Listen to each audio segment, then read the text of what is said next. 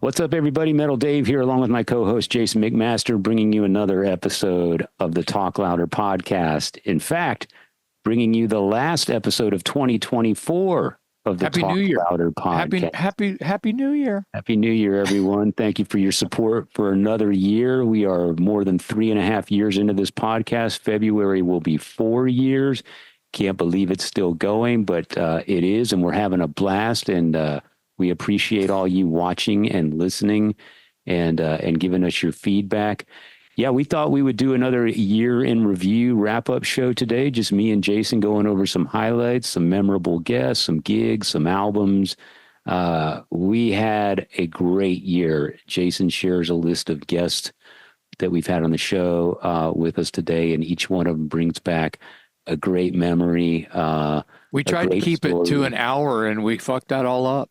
Yeah, we went to an hour and a half, so we could have kept going, but we cut it at an hour and a half. I think we almost gave up personal happy blurbs about almost every guest that we did, and by end of year, it ends up being almost 50 guests that we had this year. So yeah, thank you to all the guests. Yeah. All deserving. Yes. Thank you to all the guests. Thank you to all the publicists that we work with throughout the year to make this happen. Thanks for all of the people that do this show on the bro deal. We do appreciate that as well. So, well, yeah, it takes a village. Yes, it does. Yeah. And when you rattled off the list of guests that we had this year, it was, if I say so myself, it was pretty impressive. There was a lot of guys in my record collection and yours as well. They could be expensive friends, but I'm here to tell you we didn't have to pay them a dime because we don't have a dime. We don't have a dime. Yeah. Yeah. So out of the kindness of their hearts or the need to promote something, and sometimes both, which is fine. That's what we're here for. But we've always enjoyed the conversations, and we were very fortunate to have a great year. A lot of guests that we grew up idolizing and listening to, and it's always great to sit down and get to know them a little more as human beings. So, yeah. Year in review 2024 on the Talk Louder podcast.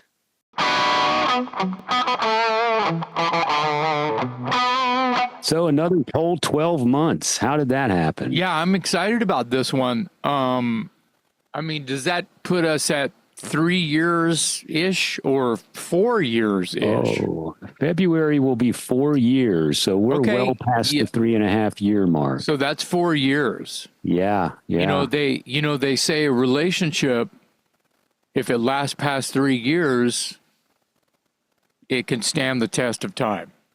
There we go. So I mean, so maybe it was meant to be. Our wife Jared chose well. He did. He was either the matchmaker or he's the wife.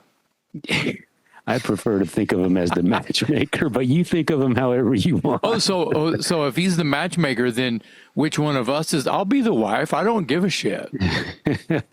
Hey, well, yeah, Jared put this all together, as we've mentioned many times, and bless him. Yeah, absolutely. Yeah, another year that puts us at over 3.5 years, going on 4. And of course, as always, I'd love to extend a heartfelt thanks to our viewers and listeners who have been with us all this time. I mean, you guys and all your feedback, it's just awesome. We appreciate it so much. All the comments on social media, when you see us out and about, you talk to us about the show, you have your favorite episodes. I can tell you're paying attention, and that's awesome. I would like to take this time, ditto, to thank all of the same hardcore fans that are okay with listening to you and me, jack off on rock and roll. And I'm glad you're laughing. And I would also, like to remind everybody we're only nonprofit because we don't make any money doing this. It would be awesome if it would rain money around here, but come on, look at our show. Look at us. Look at our show. Look, we're in mom's basement. Yeah. So obviously it's not about money. It's a passion project, but here's the deal. Thank you for watching, because the accident that happened is YouTube started to put ads in our episodes. In case you haven't noticed, I'm telling you now, but surely everyone who watches YouTube and doesn't listen to, us on Spotify, etc., have noticed that they have to sit through all the ads. Well, those ads accrue monetization that goes to us. Now, it's pennies, just so you know, it's pennies. But I would like to thank the IRS for Wait, where's this going? for thinking so highly of us that we are a reason for them to come here and try to take money from us that we don't have. Right. They think that we've made money. And trust me, sure, you guys bought us a fish sandwich, and that's about it. Yeah. So I'd like to thank the IRS for thinking so highly of us, that think we're like stars. Yeah. Well, I will say this: we do appreciate all the people that have bought T-shirts and coffee mugs. We have made some money, but we've also spent a lot of money to make this thing fly. So therein lies Jason's joke. Well, there is no a lot of money. Yeah, the only lot of money is the money we're spending. Well, and you have to think about this. I don't mind talking about this shit at all. It's like heckling ourselves, right? I feel like, to get it going, we spent our own money. And then to amend that, we had to make some money. And that was for just a few T-shirts and some mugs and things. It was a humble amount. Yeah. And like I keep saying, that any monetization, it's pennies. It's humble amount. I mean, if you're a musician, Spotify pays you like 1/10 of a cent. Yeah. I'm not a musician, and I feel like I know what it's like to be one now. Of course you do. So anyway, I'm heckling ourselves by saying, things have changed in going on 4 years now. Yeah. Only for the better. And I'll get right to it. I don't necessarily mean, that the gig is harder or was hard to begin with. 'Cause it's not. This is like the funnest, easiest, just sit down and hang out. Let Dave do all the work. Oh, wait, that came out. Sorry. No, and you guys, it's broken record time here for me. Dave, thank you for your connections and your degree in journalism, if you have one of those. You have one of those, right? I do, but it's hard to tell sometimes, yeah. I have 0 degrees. I just have pedigree.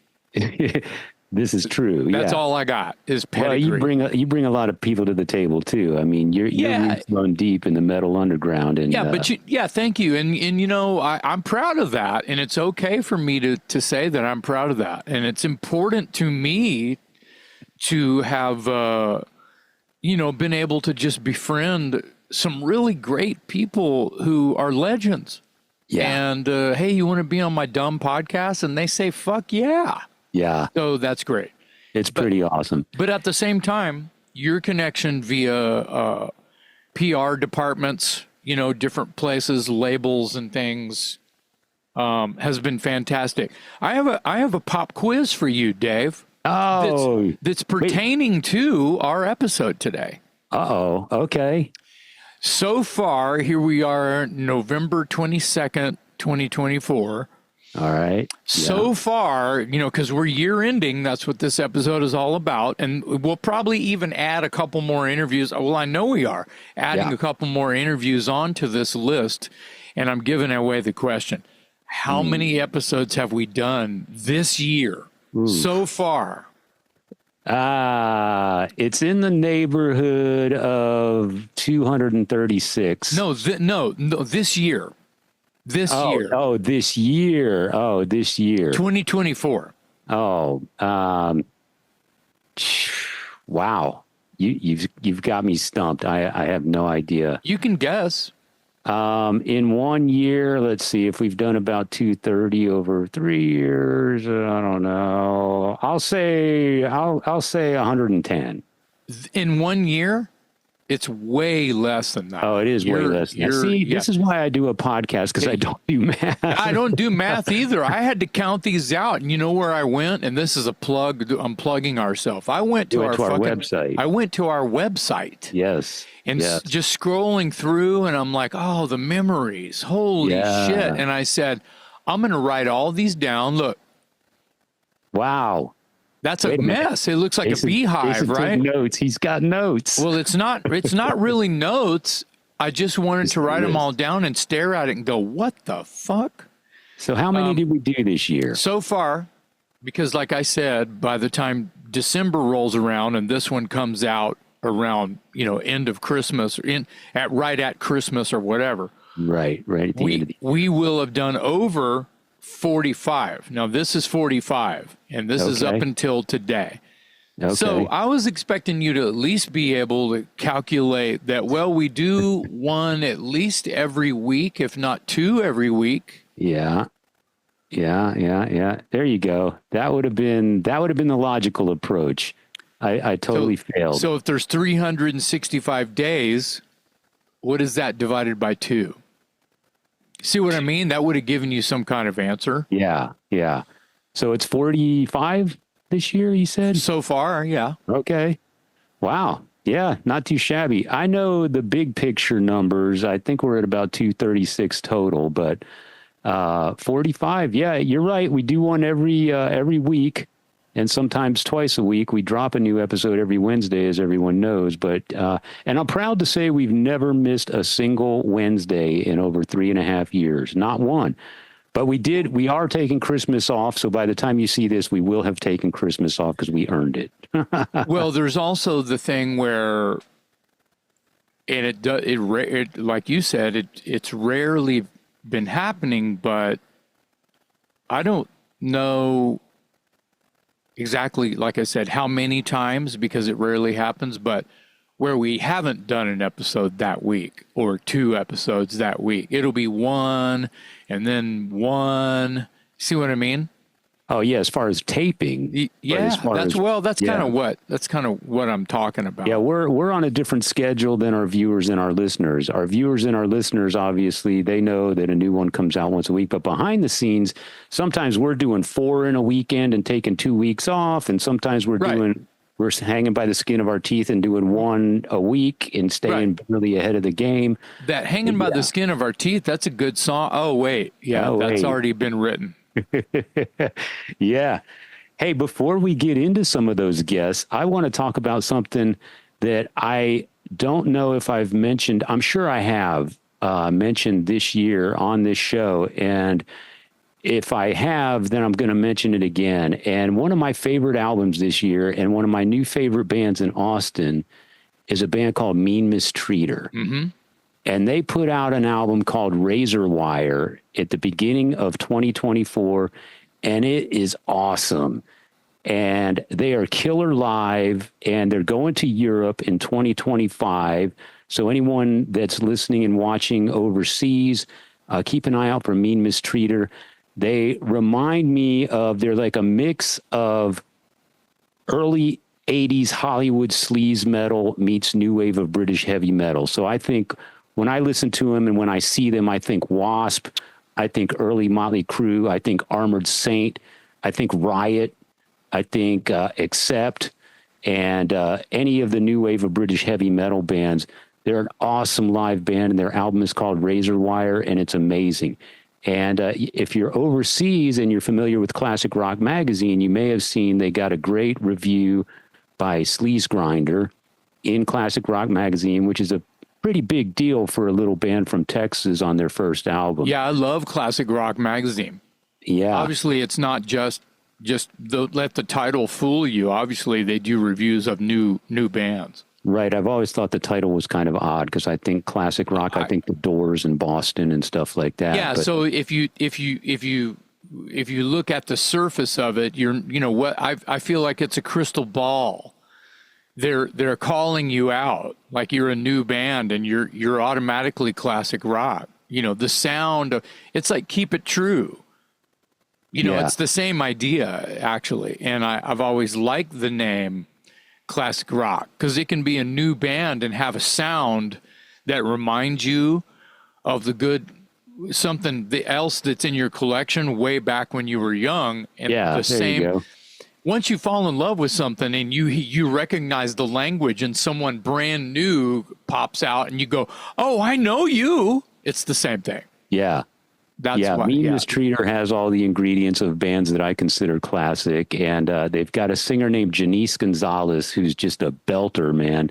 And she's a great front person. She's amazing on stage. The whole band, you know, they remind me of Crank County Daredevils in the sense of if you remember Crank County Daredevils, they were this amazing sleaze metal band out of Asheville, North Carolina, and they also had some of that, you know, Wasp, Motley Crue meets Motorhead, Faster Pussycat, that sort of deal.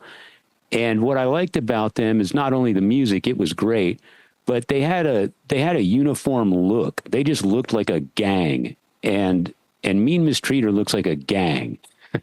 Well, and, and they have the right, they have the right attitude. they have the right idea. They have the right, you know, they've got great music, great look, great stage presence, great singer.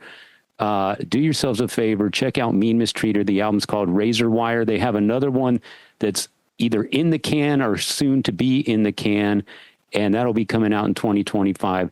Little band from right here in Austin, Texas. Well, I predict think that they're they doing will. great stuff. I predict that members of said band shall be a future guest on this show. Yes, I think that's probably In gotta the happen. works. Yeah, Yeah. definitely, Yeah. definitely. Yeah. Anyway, so, I wanted to throw my hat in the ring and get Mean Mistreater mentioned right off the top because you know, there's probably more newer bands or bands that we like that we could probably plug the same way here in a moment on the show. yeah, So if we ever, if you or I have ever think to do that, make an honorable mention shot list, a kill list, right? yes, Of hot mama bands that we want to talk about on here, because I think if you're on the kill list, that means we like you. that's right. That's right. It means you're killer. Right. Yeah. So back to your list of guests. Let me read off this list because it's quite impressive. Yes. Our first, do you remember? Memory Lane is kind of what this is. Memory Lane. So our first guest, do you remember who it was this year? Do you remember who it was? I want to say Kurt Vanderhoof. No. Kurt was one of my favorite guests of the year. I know Yes. that. But From Metal before Church. we talk about our favorites, Yeah. I'm going to just pop quiz you. Do you want to guess? Or is that your guess? Kurt was my guest because I know he was early in the year. Brian Gamboa, who sang a couple songs on Mick Mars's solo record that came out Yes. this year. Yes, Brian. I remember. And he's a badass. And that was interesting just to hear those stories and, kind of fly on the wall from someone. yeah. And also another guest we had that's on the same record that was the main songwriter with Mick is And main Jacob Bunton. vocalist.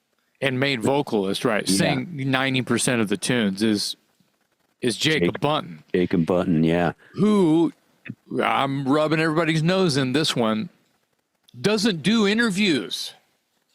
True. Yes. Yeah. I would mic drop, but it's on a stand and we're doing it. Yeah. We're in the middle Yeah. of recording right now. Yes. Jacob and Kurt. Funny you bring them up because I know they were early in the year, but they stand out as two of my favorite guests. I really enjoyed both of them. And Jacob especially, both of them. I mean, I really just love so you talking know, to they Kurt. were back to back actually. Okay, there you I go. think we recorded those guys in one day or one weekend. Possibly. Because it was Jacob and then Kurt like the same week. Yeah. Kurt was promoting the latest Metal Church record, Congregation of Damnation. Well, that And would have been Mark Lopes just the year just before that. right. Well, I mean, that was still the current Metal Church record. Yeah, it was just we were he was if you go watch it, maybe I should go watch it, but it was just a retrospective of Kurt Vanderhoof and him being a bad motherfucker in Metal Church. But yeah, we talked about that. We talked about Hall of Flame. We talked about all kinds of stuff he was doing. You know, he's a master engineer, mixing engineer. Yeah. He mixes people's albums. I loved his personality. He was just so humble and chill and so willing to talk about anything. You know, a lot of times people ask who our favorite guests are. And for me, it's kind of like when I get asked, you know, who my favorite interviews have been over the years of doing journalism. And they kind of fall into two categories for me. There's the ones that I love because they were just great interviews. Yeah. And then there's ones that I'm just proud of because of their stature in the world of rock and roll. Yeah. But Kurt Vanderhoof was one of those guys that I've never talked to before and immediately just felt like we were neighbors talking over the fence. And he was just so easygoing and so super cool and so informative. And I just loved that episode. Me too. Awesome. To talk to the riff master, the creator of Metal Church, was a fucking honor. Yes. The thing is that he was 1, 2, 3, 4, 5, 6, 7. He was our 8th guest this year. Can I just read all of these off in a flurry? Because I think it would be really fun to do. If you can rattle them off quickly, that's 45 names there. Brian Gamboa, Dave Pruitt, Max fucking Norman, Nigel Glockler, Fugitive, Noisy Mama, Jacob Bunton, Kurt Vanderhoof, Frank Hannon, Abaddon from Venom. We did a Monsters of Rock Cruise wrap-up. Brian Small from The Hangman. Yes. Mark Zonder from Warlord and Fates Warning. Fates Warning, thank you. Max Cavalera, Tuck Smith, Phil Dimmel, Damon Johnson, Don Jameson, Wolf Hoffman, Mike DeLeon, yes, who's works with Max, John Perez, Texas riff lord legend. He was great. John Karabi, Carl Kennedy from the Rods, Bobby fucking Landgraf. Oh yeah. Chuck Billy, Steve Conti, Jeremy Asbrock, Mr. Lifto. Yes. Logan Olivero from Vesperian Sorrow, among others. Rick motherfucking Ventura. Rick Ryan. Ventura.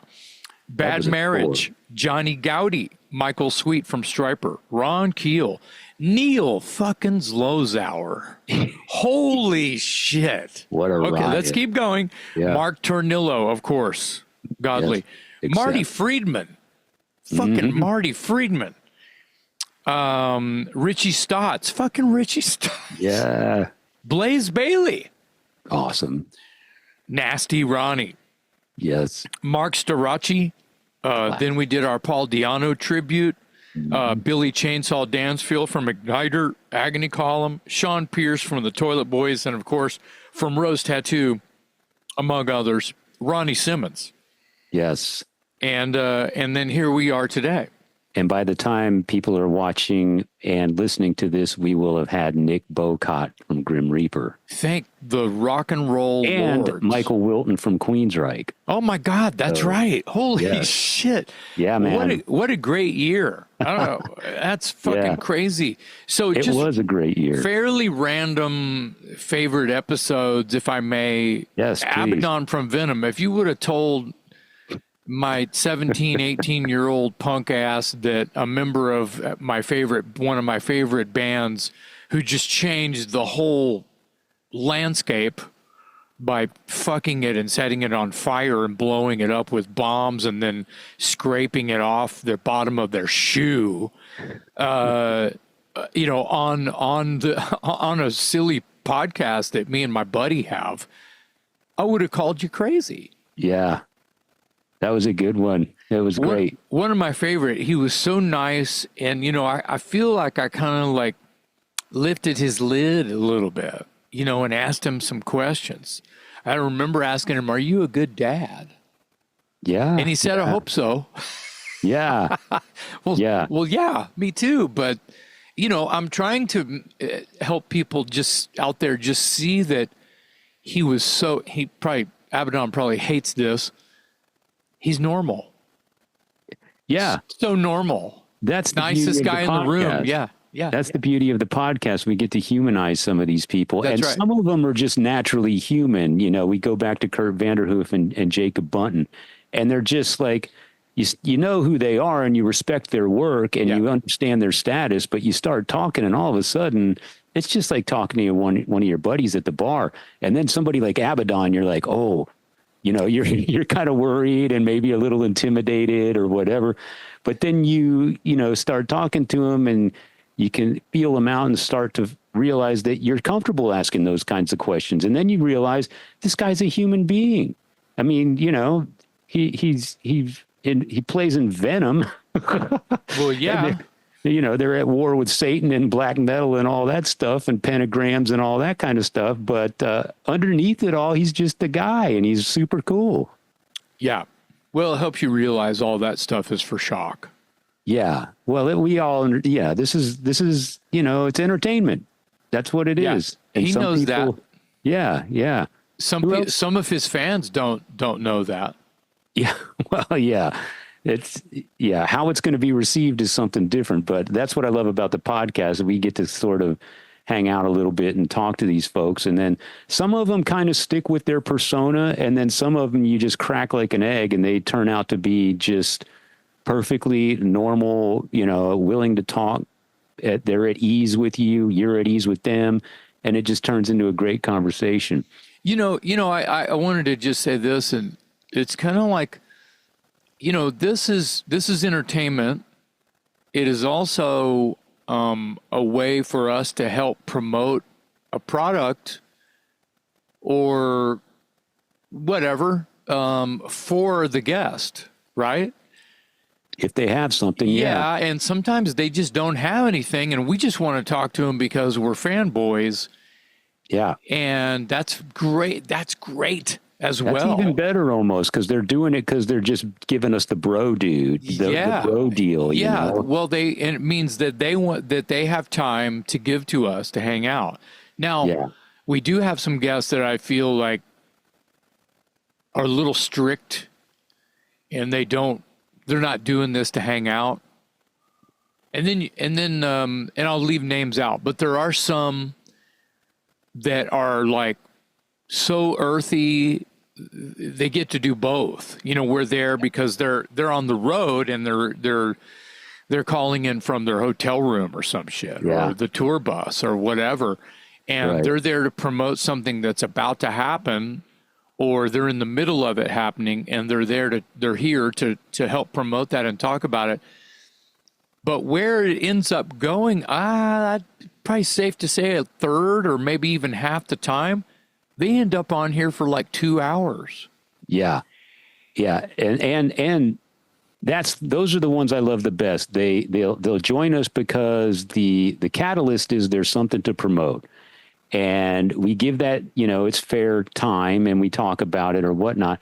But then if they have the time and the conversation continues, then they're just, they're enjoying talking to us as much as we are enjoying talking to them. And I think that's where the whole nerd thing comes together. It's like you find out they're just like another metalhead in line at the merch table at your local gig. They're just like one of those guys. Yeah. They just happen to have a record deal and some music that you heard of. But once they're done promoting, if they still have the time, they start talking about, the album they grew up with in 7th grade and the t-shirts they collected and, who they've crossed paths with and who their idols were and all that. And all of a sudden, you feel like you're talking to a teenage version of this person who you could have gone to middle school with. Right. It's interesting. You mentioned standing in line. at the merch table, and you meet. That's how you're going to meet people, as just as like in the front row waiting for the band to start. You're going to meet people. And Robert Williams, Igniter guitar player, told me a story. I may have bragged on Nick Bocott because that episode's about to come out, and by the time this one airs, it'll be out. And that was such a fun episode. So he was the best. Yes, he was. And I was about a guy who would have gone all night. Yeah, yeah. And I talked to Robert Williams at rehearsal after that, and he told me a story. He was at NAMM, and this was 100 years ago. And he's at NAMM, and he's standing in line to meet Mick Mars, ironically. And the guy in front of him is this big old dude wearing a Marshall jacket, like a leather jacket or a breaker or a jacket. And it's a Marshall. It's a Marshall. And across the back it said Bocott. And Robert looks up and he taps he's like, oh shit, that's him. That's fucking Nick Bocott, and standing right next to me. Tapped him on the shoulder. Are you Nick Bocott? Well, yes, I am. And so it was like, oh shit, and they talked about Grim Reaper until they got up to till the lights went out. They got up to meet Mick Mars. I'm guessing he didn't really finish the story, but that was good. And that reminds me, this is only related because we talk about rock music here all the time, but it's not related to why we're here today on the podcast. But it reminds me of, I'm standing in a Sizzler steakhouse. Okay. And in Los Angeles. In 1990 were you lost? Or something. No, the toys were out there. We were with Max Norman. No, this would have been 89. Okay. And we're standing, I'm pretty sure, 88. And we're standing in line at the Sizzler because it's kind of like, in line to order kind of thing, right? Before you go sit down with your number. Yeah. I don't remember it being like cafeteria style. Anyway, the dude in front of me, like all my guys are behind me. Max and the other toys dudes are standing behind me. And I'm like looking at the dude kind of side, profile, and I'm like saying to myself in my head, oh my God. This is George Fisher from Accept. Oh. And I swear, because I'm a nerd. Yeah. And he's kind of like long hair guy, tight pants, whatever, it's fucking George Fisher. But I'm in Los Angeles. I'm not in Germany. I'm in Los Angeles, and right? Yeah. And I go, I'm going to tap him on the fucking shoulder, because if I don't, and it's George Fisher, I'm going to be mad at myself. Yeah. Tapped him on the shoulder. Excuse me, sir, kind of a vibrant. Are you George Fisher from Accept? He was like, well, yes, I am. And, whatever. And I just probably dropped to my knees and bowed. Yeah. I didn't, but I wanted to. Yeah. Holy shit, Sherlock. Yeah. Good shit. Well, that's what we get to do on the show now is, we talk to some of these people, and like you said, I've interviewed a bunch of people in my years as a print journalist, but one of the cool things about the podcast is it's almost like, it's been almost a second career. I've kind of I've turned the corner, and now I do more of this than I do of the actual take out the garbage. Yeah. You work on the ship more than you do laundry and take out the garbage. That's probably close to true. Yeah. Mm-hmm. But but back to your list of guests, I had a bunch of, I have some names that stood out. And, of course, some of the most recent ones are easy to remember. I think Sean Pierce from the Toilet Boys might have been my favorite episode of the entire year. I get that. That guy was, the stories just kept coming, and he was pure entertainment, and I really loved it. Nick Bocott, of course. We threw that out there in Sean's interview the whole time. It's like, you got to get this on tape, or put out your movie or your book, or what the fuck is this? Has to happen, because this is unreal. Yeah, and I think he is in the middle of, as he said in the interview, he's Yeah. compiling a bunch of old video footage, and I think even some clips from our interview are going to end up in it somewhere down the line. Good. So Well, I hope he gets it together. he was amazing. He was great. But going back to a couple names you mentioned, well, you mentioned all of them, but I got to give a little more love to Jacob Bunton. I thought he was fantastic. Oh, yeah. Talk about just a humble dude from Alabama, and he was just a great conversation, very chill, very relaxed. As you said, he doesn't do a lot of these things. And maybe the one thing I took away from that is how much he loves Fastway, because he's wearing a Fastway shirt in one of his videos from one of his previous bands. I think it was Lynham.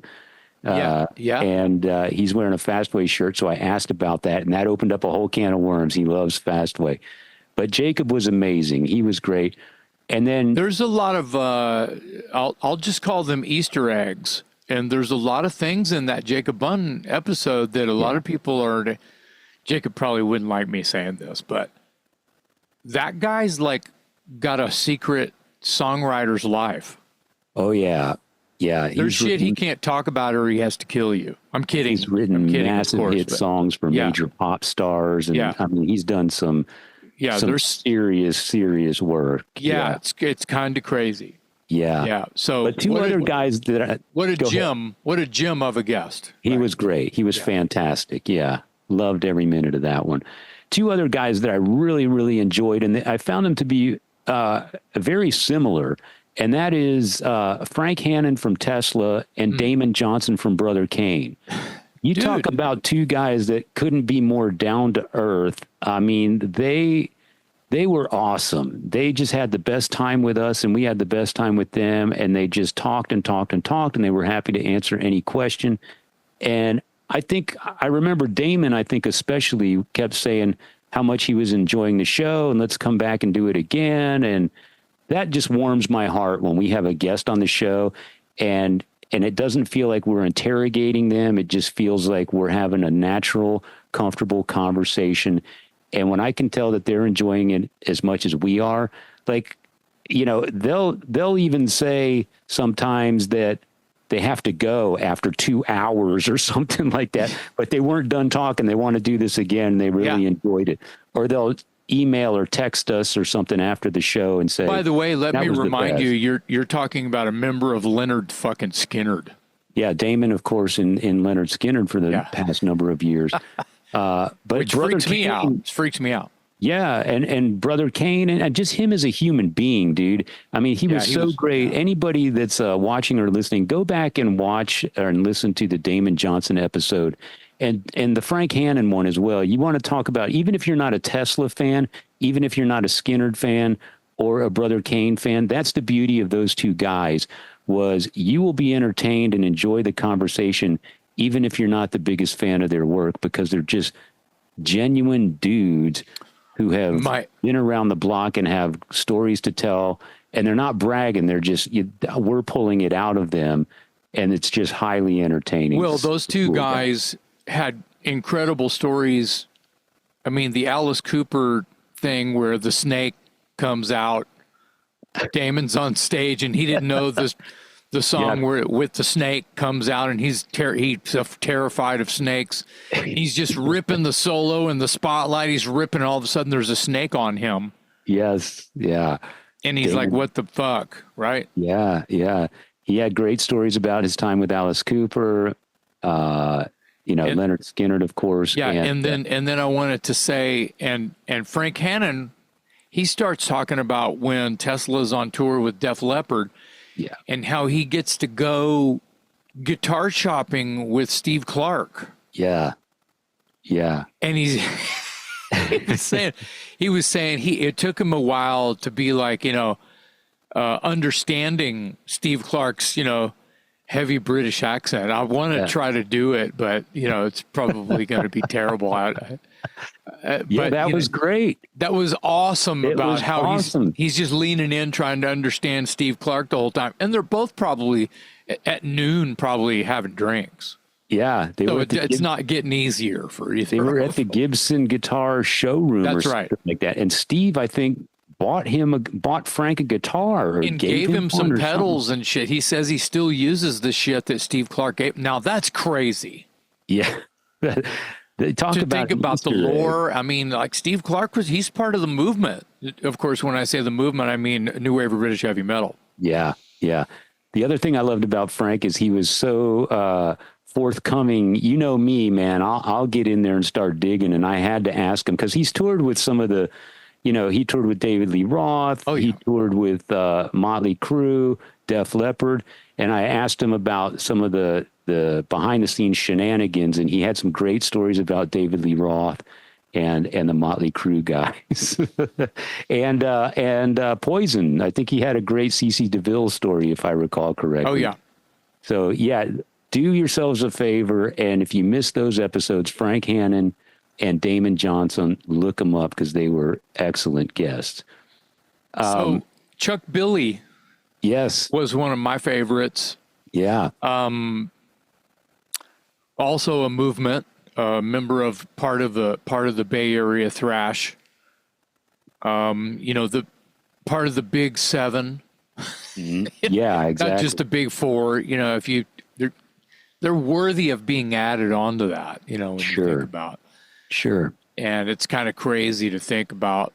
We should probably do an episode called the Big Eight and add 4 more thrash bands onto the Big Four, and just for fantastical reasons, right? Yeah. So there's a show idea. Chuck was great. Someone in the comments, please remind us to do that. So I was a bit fanboy, maybe a little bit, on him. And because, I'd run into those guys on the road once in a while.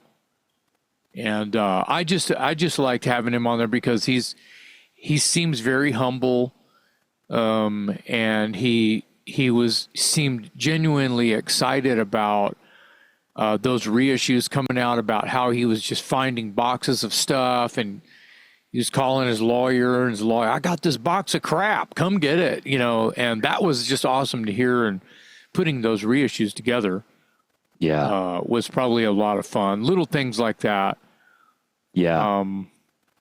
But I'm just looking at this list. I mean, Phil Dimmel, who is Kerry King's guitar player, as well as the go-to guy. I mean, he's filled in for everyone. Right. Slayer and Lamb of God, to name a few. Yeah. Longtime Bay Area legend as well. Violence and Machine Head. It keeps going. Yeah. Yeah. Yeah, he's an onion. Yeah. So and talk about humble and real and just so nice. Yeah. Yeah. So here's something. I'm glad you brought up Chuck Billy and Phil Dimmel because they're 2 prime examples. One of the things I get a kick out of doing this show is when we have guys like that on and they totally remember you from Watchtower. And Marty Friedman was another one. He was almost as excited to talk to you because you were in Watchtower as we were to talk to him.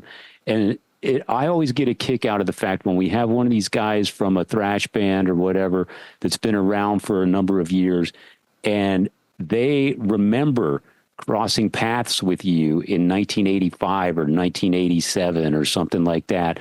And they remember Watchtower and they remember getting the album Energetic Disassembly. And if they're a guitar player, they're in awe of Billy White. And it's just, I get a huge kick out of that because I see them just light up and they're as excited to talk to you, I think, as you are to have them on the show. And that makes me proud. I mean, I think that's cool. Awesome that you see that. Maybe I'm dumb and numb to that part of it.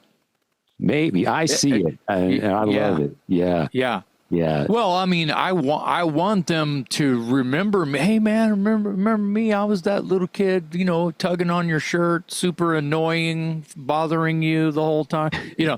If they remember me from that, I'm happy.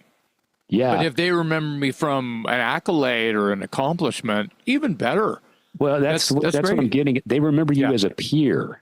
Yeah. And I think that's what I'm getting at. It's like they admire and respect what you've done for the genre or for music in general as much as you return that Yeah, it's kind of cute. You're right. Here's the other thing too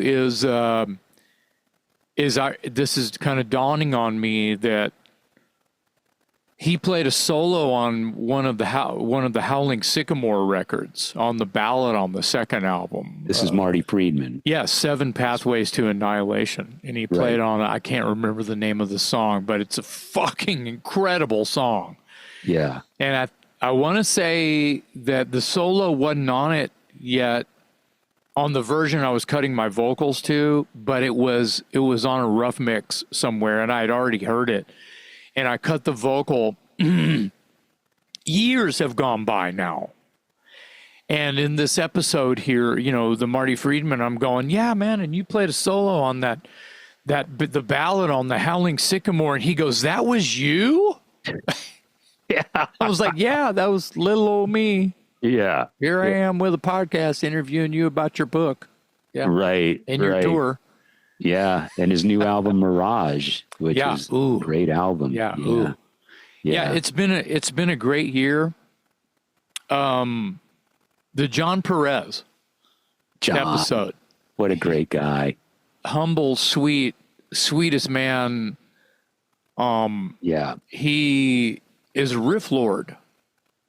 Yeah. And has done amazing things with just being someone that, and this sounds kind of trite and obvious, that he started out as a thrash guy and then sort of not a 180, but he took a left turn and started to want to play slow. Yeah.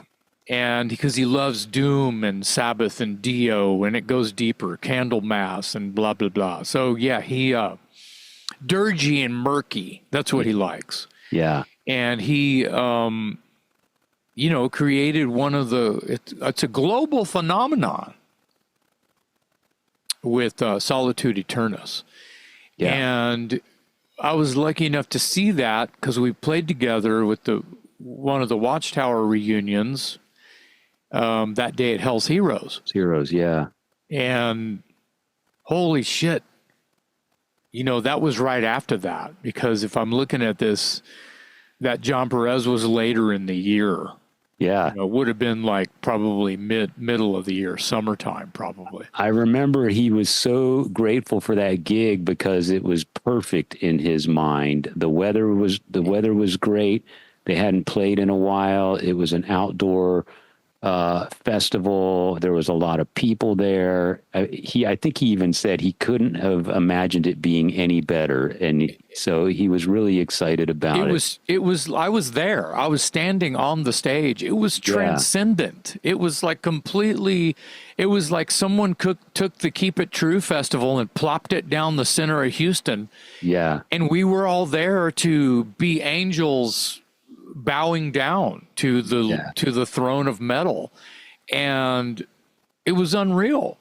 Yeah, I know I get romantic, but I can't help it. That way, he was there. He saw it too. He felt he was on the stage, and he knew that it was one of those gigs, right? Yeah.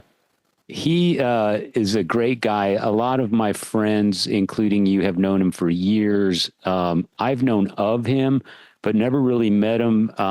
But he does show up in Austin about twice a year as part of the record convention because his day job is working at a record store is he in the Dallas-Fort Worth area? Yeah, it's in Arlington, I believe. Yeah, there you go. And so he's always got the coolest booth at the record convention. So I wish I remember the name of the store. Is it Born Late Records? No, that's the label. I forget the name of this. Maybe that is the name of this. Could be. But he's got the coolest booth. So we've had casual conversations, and then with each subsequent one, we kind of get to know each other a little bit. He's aware of who I am, and I'm starting to get to know him. But then we had him on the show, and I really got to know him. Yeah. And I just loved him. He was super cool. He reminds me so much of our friend Eric Larson. He's got so much of the same mannerisms and personality. But John was one of those guys, just like you mentioned earlier, Mike DeLeon, who we had on the show as well. two guys that I don't really know their body of work necessarily, but we had them on the show and I got to talk to them with you, of course, and just loved them. They turned out to like, I can't wait to see them in person and hang out with them. It's one of those things. Yeah, what I like about Mike DeLeon is he was so real, and he was confessing his love for Poison and CeCe DeVille. Now, absolutely, we're talking about someone whose brainchild is called Flesh Hoarder. Yeah, exactly. And he wants to talk about his love for Poison and all things CeCe DeVille. I loved it. I knew you would. I knew it turned into an episode that you recall, and will remember. Of course, he is a member of Soulfly, right? Yeah, Soulfly. And he's I feel terrible, Mr. DeLeon. I feel terrible if you haven't already recorded a record with Soulfly. We don't know it here on the podcast. So someone in the comments, please tell us if Mike DeLeon has been known to record a new record with them. But as a permanent member of Soulfly, I believe that he should be. You know, he's worked with Philip Anselmo and Housecore Records. Yeah. Flesh Hoarder got to open for Pantera at a bunch of dates when they were down south here. Yeah. We had to have him on the show because he's in San Marcos. He's like 15 minutes away from me, and you know, different bands that I've been in have played shows and little festivals with Flesh Hoarder and things that he's done, and he's just, well, you know, now he's just the coolest fucking guy. Yeah, exactly. And he's the most brutal death metal guitar player who can fucking shred. So exactly. And he likes Poison. Yes. I love that. I love that. He makes no bones about it. He is not ashamed of that at all. He'll shout it from the rooftops, and I think that's awesome. He's ready to rock the Twisted Sister and the Poison just as much as he is, you know, the most evil, sloppy, dirgy, grunge, satanic, weirdo metal you can drum up. Yeah. Yeah. He's in it. He's in it to win it. He's a killer. Yeah. Loved it. Loved having him on there. You know who else I loved was Steve Conti. Of course. I thought he was great. And there's another guy that would have gone on. I think we did go on for an hour and a half, maybe almost 2 hours. I can't recall. But that conversation just went and went and went. And if you know Steve's career, then it makes sense that it would go on because he's done a lot. That's an episode where I learned a lot. Yeah. And I remember that was one of those, you and I have this running joke where there's Dave episodes and there's Jason episodes. And as much as I don't like it, I like it.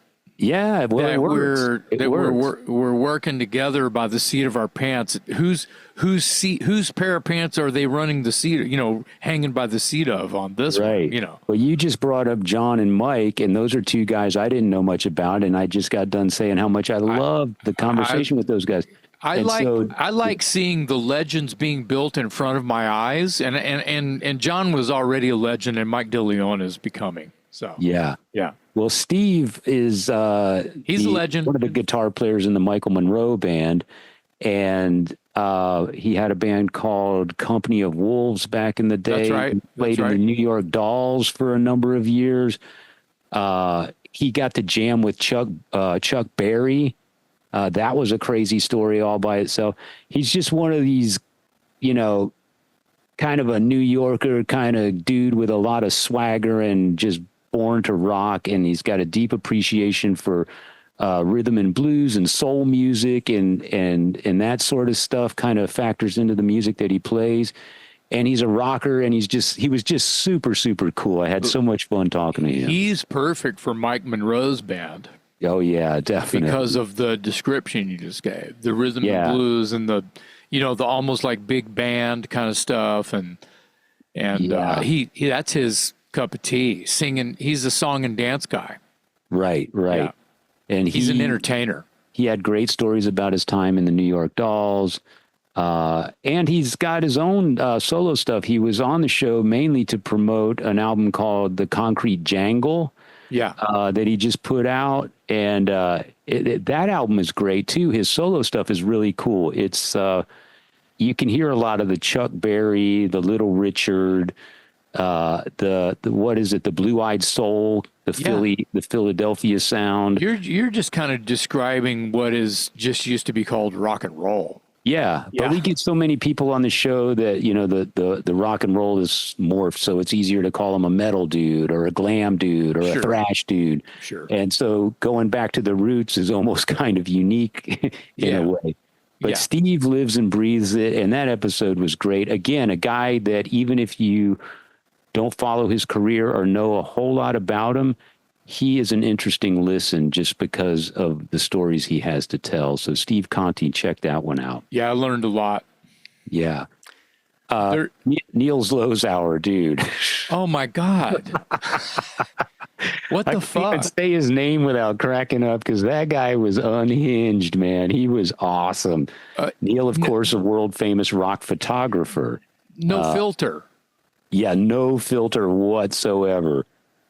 So if you aren't overly sensitive Yeah. to some salty language and some great stories, Neil is your guy. I'm telling you, man.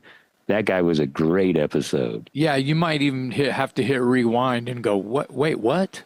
What was that?" Yeah. He's friends with Slash. You Oh, know, he's friends everybody. with all of that whole world out there. Yeah, out in the L.A. Sunset Strip, he shot everybody's photo. He took shot some of Led the- Zeppelin. and yeah, some of know. the '70s stuff. But I guess maybe his biggest claim to fame is a lot of the '80s bands. He kind of made his mark initially on a major level with Van Halen. Right, Like that's he took right. a lot of the early photos of Van Halen, including some of the photos that appear on the Van Halen 2 album cover. And then I believe it was Motley and Rat. Right. Yeah, after then it was that. Motley and Rat, and then it was Guns N' Roses, and everybody on the Sunset Strip, because he's got a studio on the Sunset Strip. Yeah. So, and he was a partier, so he liked to party, he liked to mix it up with the guys, so he was one of them. And he was His studio, to be clear, is not on the Strip, but it's right there. yeah, It's a block away. It's yeah, right there. He's in the neighborhood basically. Yeah. And there's some great stories that he and I collaborated on in that episode. You remember when? Oh yeah. And we were Yeah. on the roof and blah blah blah. And people should watch his documentary. Yeah, there's a couple things on him on YouTube. One is called In Your Face. That's and his documentary. It's like Okay. an hour and a half long. Yeah. Yeah. And it's great. it's you know, he's one fantastic. of those guys, you know his work even if you don't know it, because he shot every major band in the 80s. And then to your point, actually got started in the 70s with Ted Nugent and Aerosmith and Kiss and and maybe Black Sabbath and some of the bands from the 70s. But the 80s was his heyday. Yeah, he did Rush. He did Rush, but he's not a Rush fan. Yeah, that's right. He did. And he ended up being buddies with Neil Peart. Yeah, Because they were both motorcycle guys and car guys. Yeah, they were Right. both motor geeks, right? Right. But it had nothing to do with him being a fan of their music, which is kind of fucking funny. That is funny, yeah. Very But he's that tight- kind of guy. It doesn't matter if he doesn't, I don't like your band, but you want to see my motorcycles? Yeah. Yeah. They click on a different level. That's right. Yeah, That's great. Exactly. He's got great Van Halen stories because he was there during the early days with Van Halen. And the thing with Neil is the reason he got those shots is because he was basically one of the guys in the band. He just wasn't in the band.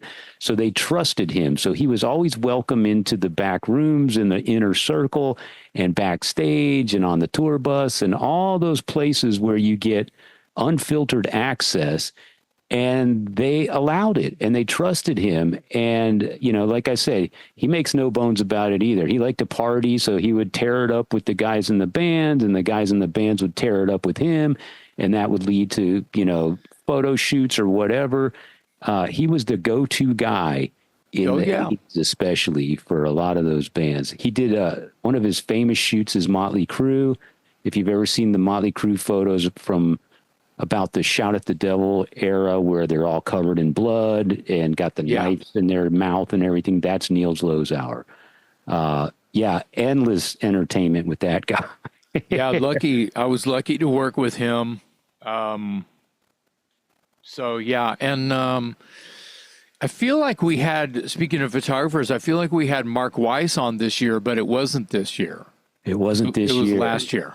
Yeah, he was great too. Yeah. That's what I love too about the show. And anyone that's watched and listened for a while knows this. We don't always get musicians. Sometimes it's a photographer. Sometimes it's an artist who does album covers.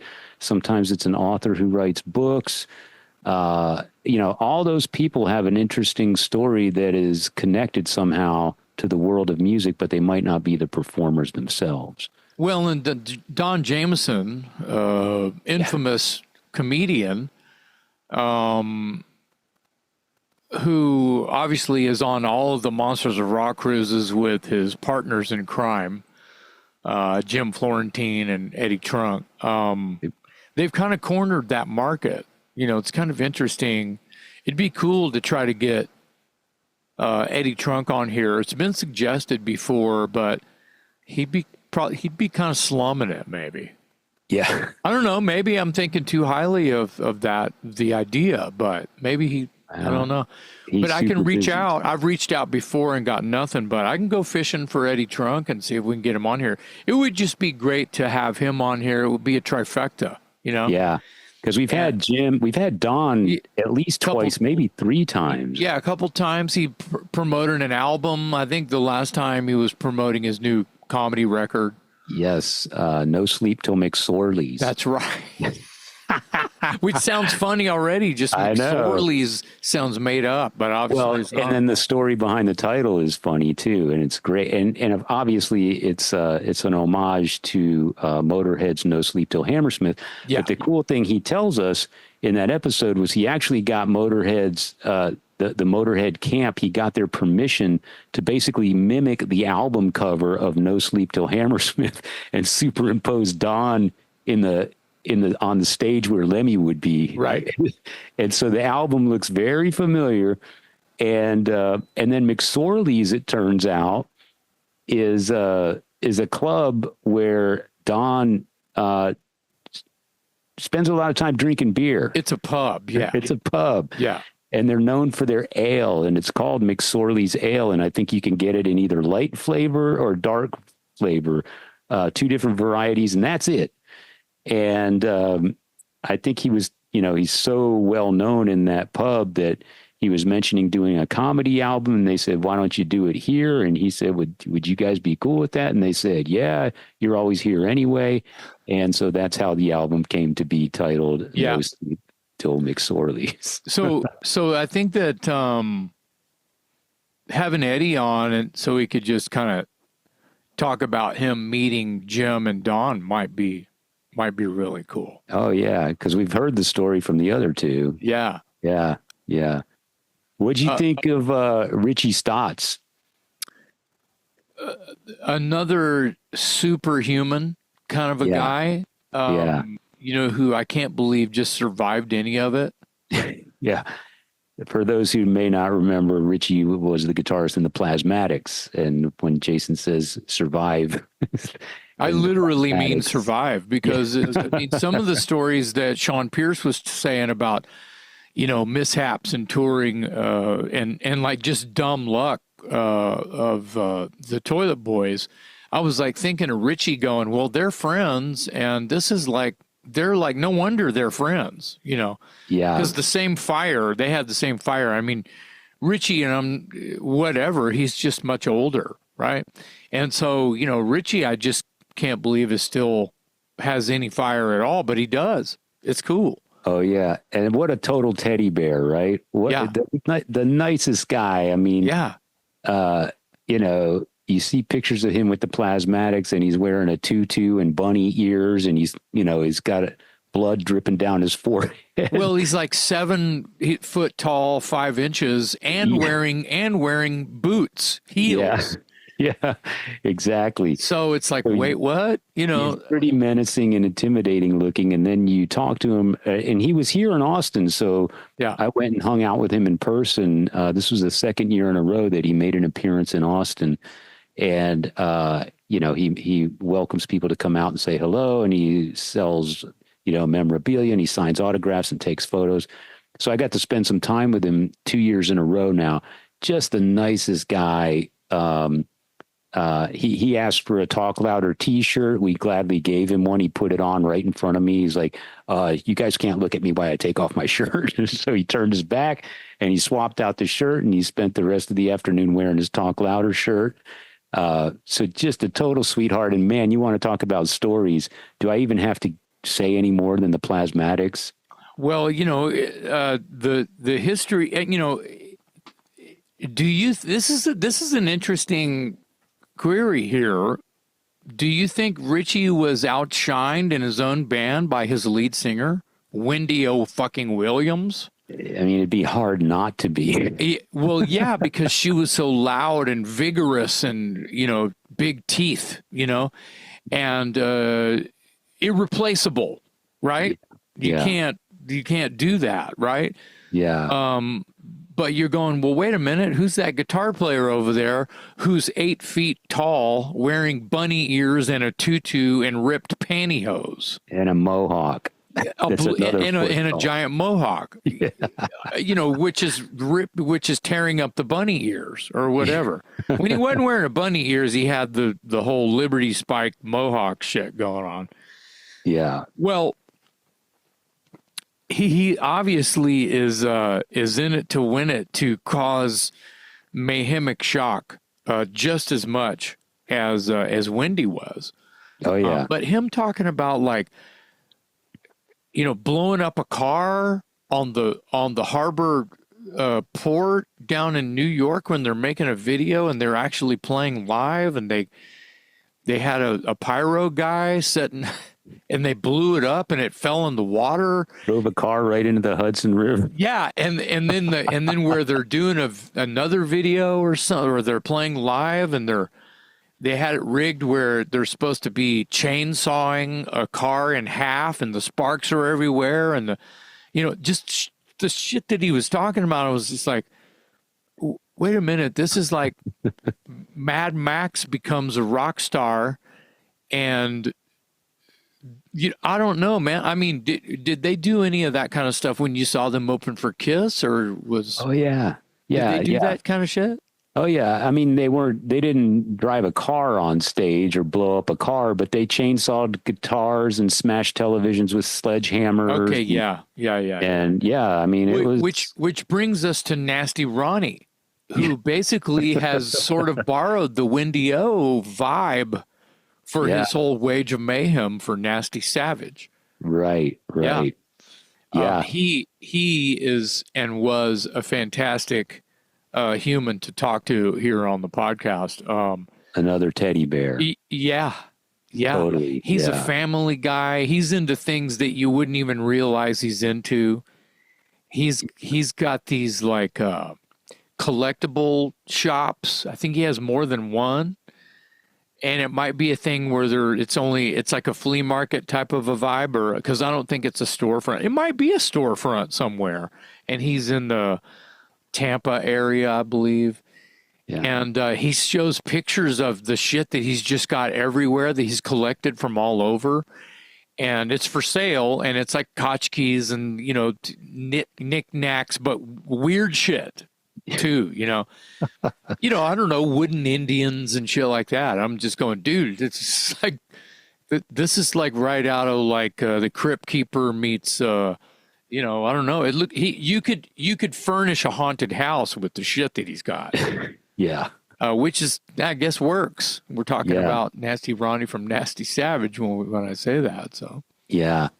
Yeah. No shortage of great guests. I was honored to have Mark Storace from Crocus on the show. I mean, one of my favorite vocalists from that era, and he was just a really gentle, humble. I'm saying that a lot today, but we've really been lucky to get some people on the show who just turn out to be just great human beings besides what they're known for in the world of rock and roll. Before we go, I want to honorable mentions here and at least give some fodder to is Max Norman.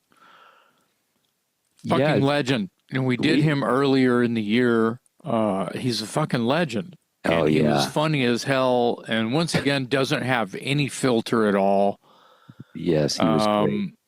And is legendary. You may have, I don't know if you've ever heard any of his work, but he did this song. He produced a song called Crazy Train. Whatever. First 2 Ozzy records. Yeah. Yeah. So, Nigel Glockler. Another one who's an alumni here at the Talk Louder podcast. Yeah. 3 times at least. 3 times minimum. Yeah. And he's about to go on tour with Riot and Lizzie Borden, so we might have to have him back. That's right. That's in that'll be in March, this coming March 25. It's in Texas in March. Yeah. San Antonio show is the 21st, and then the next night is S.A. Slayer at Hell's Heroes, and Saxon's the headliner at that as well. Ah, there you go. Okay. Yeah, so a whole run of Saxon coming up. That weekend is going to be off the chain. Yeah. So, a lot of Saxon that weekend. That's a good thing. Yeah. Fugitive. Awesome. We had those guys on the show, and of course we've had Blake on a few times now. Yeah. And it's crazy that, and I remember thinking about that episode, and these guys seem like they're biting their tongues. Yeah. And then right after, the week later, Power Trip announces all these gigs. Yeah. And so they were now biting their tongue. Yeah. So every Power Trip fans, Fugitive fans, rewatch that episode or watch it for your first time if it's your first time, and you'll see what we mean. Yeah. We're asking questions and they're kind of like, yeah. I mean, I don't think that they're that tight-lipped guys. Nah. They were doing what they had to do. I mean, the cat wasn't out of the bag yet. They just had to be chill about how they answered the questions. Yeah, of course. And we weren't asking them, what about Power Trip? Huh? It was all about Fugitive. That's right. Yeah. That's right. But you could tell there was something boiling that they couldn't. They were sitting on their hands a little bit. Maybe if we asked about them, asked them, hey, Blake, were you guys kind of biting your tongues? What are you talking about? They probably wouldn't even remember the moment. But it sure did see and feel like it, especially when Power Trip made big news a week later. Yeah, exactly. Carl Kennedy from the Rods. Yeah. He was great. He was pushing his book. Yes. Sorry, I don't recall the name of the book. Something Wild Dog. Life of a Wild Dog. Okay. Yeah, that sounds right. Still waiting on my copy, Carl. I'm not, but I was not only the drummer for the Rods, but also a producer of Anthrax Spreading the Disease, Exciters, Violence and Force, Overkill, Field of Fire, I think is it. Shit's real. You know what? I'm gonna keep moving a little bit here. I love Carl to death. That was a fantastic episode.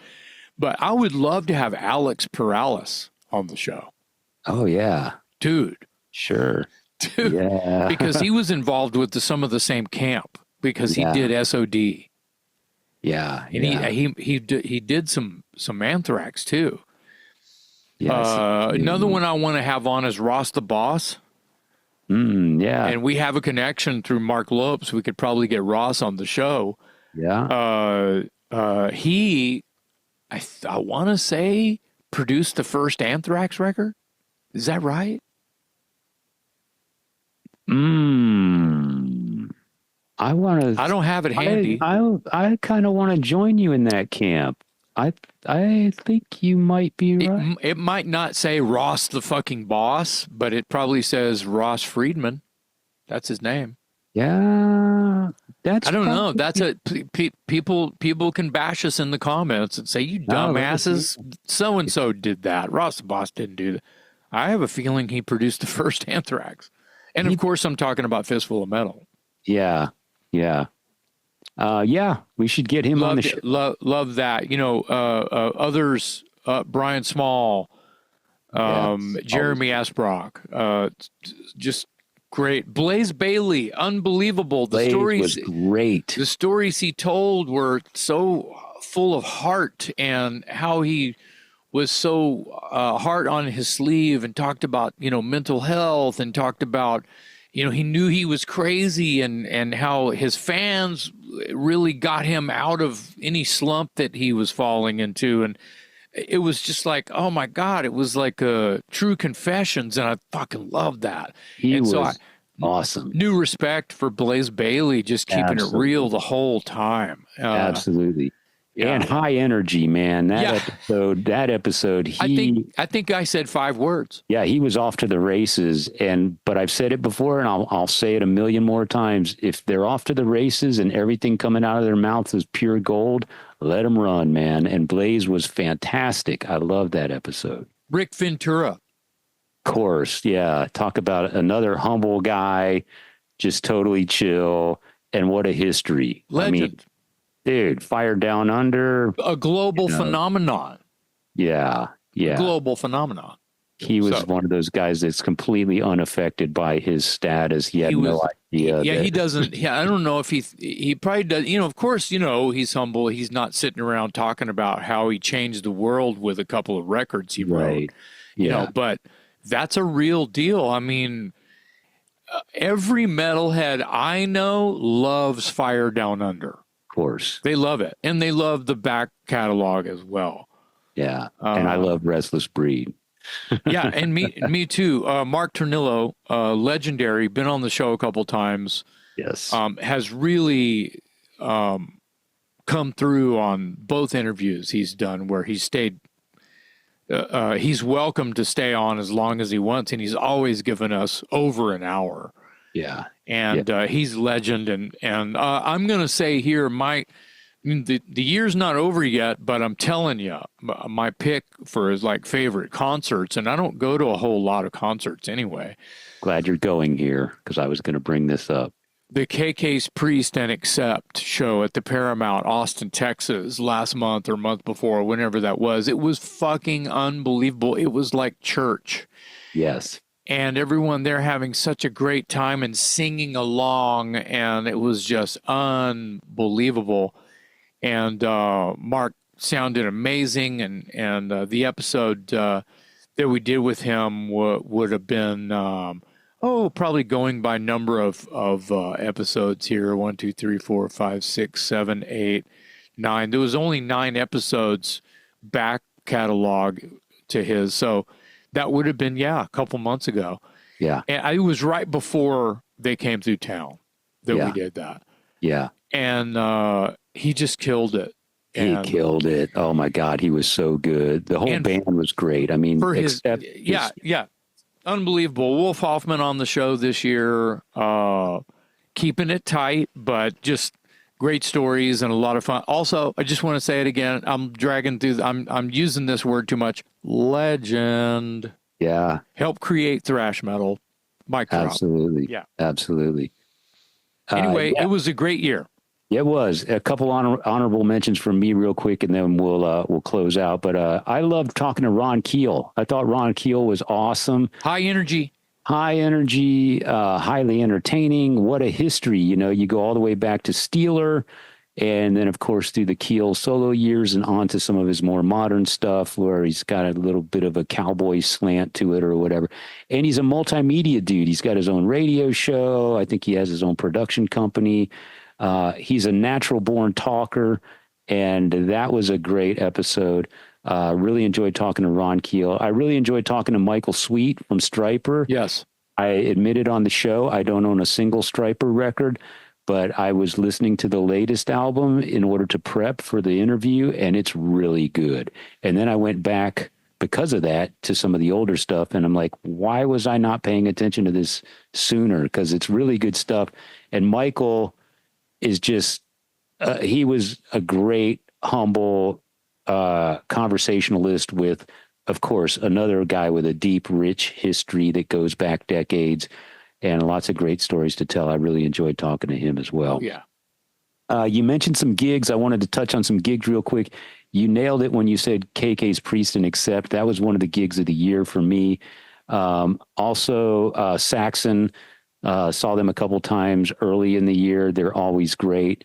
And you mentioned Fugitive. I saw Fugitive a couple times this year. Awesome band. I mean, that band is just a force on stage.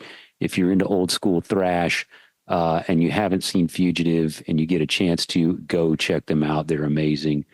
Also, Queensryche I saw recently, just a couple weeks ago. They were amazing doing the Origins tour, which is the first, which is the EP and the Warning record done in their entirety, and they finish out the night with a couple extra songs added in. It was amazing to hear those early recordings in chronological order. Todd Latore, of course, is killing it. They started that at Hell's Heroes in March of this year. That's right. That was the first night. And Todd Latore, I love you, dude. Not only because you wore a Watchtower shirt on stage that night, you are straight up just one of the baddest motherfuckers out there. And Todd is great. Yeah, we love you at the Talk Loud podcast. I saw the Misfits. I never thought I'd see the Misfits with Glenn Danzig. That was amazing. Had a blast. My buddy Al Kelly came up from San Antonio. We sort of discovered the Misfits together when we were younger, so it was great that we got to see that show together. And then I'm going to leave it with this. Another gig that really stood out for me this past year was Dangerous Toys opening for Armored Saint. Yeah. And here's why. Obviously, Armored Saint is always great, and Dangerous Toys is always great too. But I told you after the gig, I think I sent you a text, and I said I felt like I could sense that was my favorite Dangerous Toys gig of all time. And you know, I've seen you a lot of times over the years. There was something going on that night. I can't put my finger on it, but it was almost like you guys rose to the occasion. You knew you were playing right in front of Armored Saint, and you respect Armored Saint, you know, beyond measure. And I could just tell, I could see the looks in your eyes when you guys were glancing at each other on stage. There was some kind of energy going on.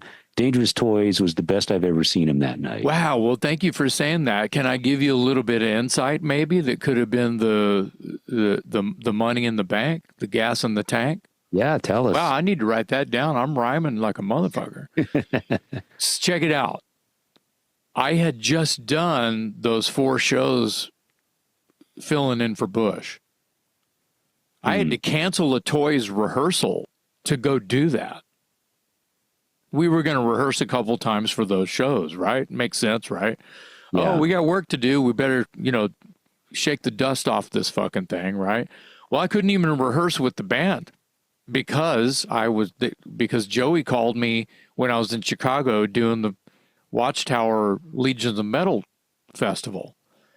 Calls me, goes, can you be in Atlanta on Monday, kind of thing. I'm like, oh my God, fuck, here we go. Right. So not to bring all that up, but so I didn't even rehearse. We didn't rehearse. When the Toys opened for Armored Saint? Check it out. So there were 5 days in between there. So I might have gotten a rehearsal in there. I don't recall in my small brain. Well, that's when you were with Saint, that was 2022. Remember, I did it twice. Oh, that's right. It was this year. Oh, it was this that's year. right. It was that's this right. year with Queensryche. Queensryche. That's right. Origins tour. Okay. Right. I forgot about the second time with Saint. Okay. Yeah. So those dates were in May, right? Yes. Yeah. So this is after Hell's Heroes. So technically, I got to, in some form or fashion, don't nitpick, got to open for Queensryche like 5 times this year. Wow. I mean, it wasn't my band, most of those. I was filling in for Bush. But yeah, so I came back, I think there was 5 days from the time I got back and then the time that it was like May 16 and 17, those Austin and Dallas gigs with Armored Saint. Yeah, that's right. I'd spend no time. I mean, we may have thrown in a quick rehearsal, but you got to think about it. They gave us an hour to play, which is super nice of them. Yeah. Like usually opening bands only get 45 or 50 or whatever. So that Right. was great. But I don't even remember rehearsing. I remember just getting home and going, oh shit, god damn, and going to work a couple days that week. And then it was like and then here we are and there's Bush. So Yeah. I just think that you're feeling right about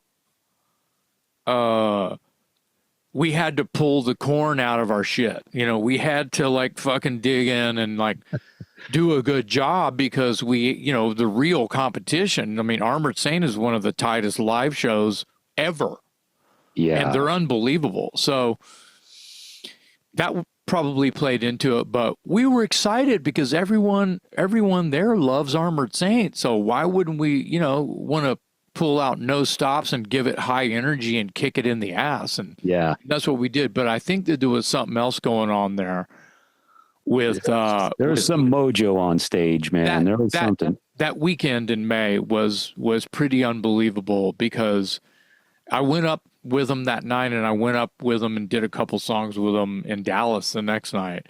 But that's not even part of the story. What I'm getting at is I had just filled in for Bush and he was having a hard time and he came back and was stronger than ever. You saw it. Yeah, he was amazing.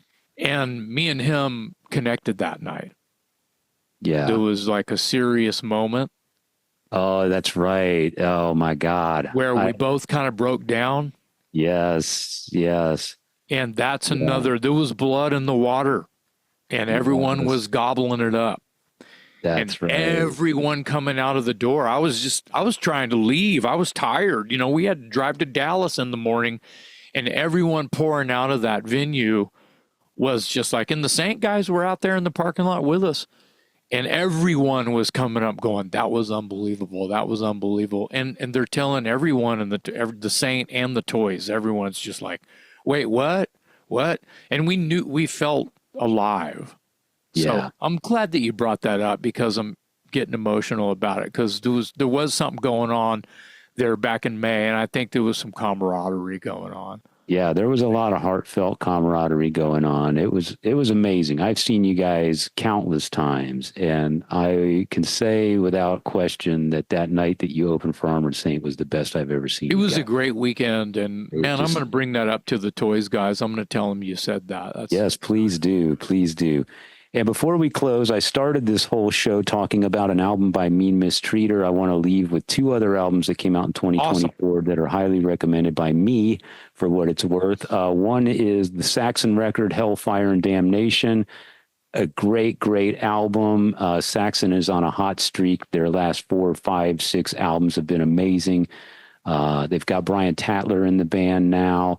I don't know if that's bringing some new energy to the mix or whatever. Certainly has to be part of it. The guy is he belongs there, Yeah, he fits right in, obviously. And that album is really strong. Hellfire and Damnation by Saxon. And again, not to cozy up too much to my co-host here, but the Igniter record, Horns and Hammers, easily a highlight of 2024. Fantastic record. So thank you, Dave. I appreciate all that. Yeah. Awesome. Yes. So the end of another year. Amazing. Quick shout out to Scott Moon, our webmaster who takes care of our website. Thank you very much, Scott.